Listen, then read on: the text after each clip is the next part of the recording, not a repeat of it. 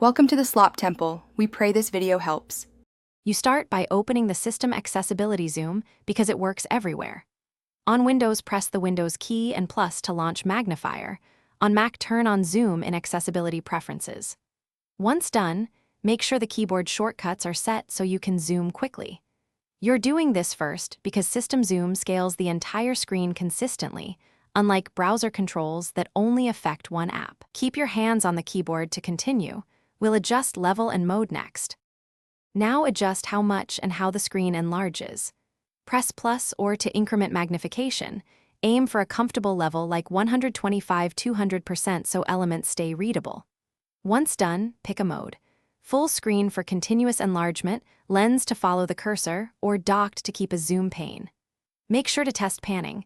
Use your mouse, touchpad pinch, or arrow keys to move around. Changing smooth zoom reduces jumpiness and helps maintain context. Finish by saving a convenient workflow. Lock the zoom level, set your preferred mode, and memorize the exit shortcut. You want one predictable setup so you can zoom quickly when needed. If the image appears blurry, make sure smooth zoom is off or update the display driver. Blurriness often comes from scaling mismatches.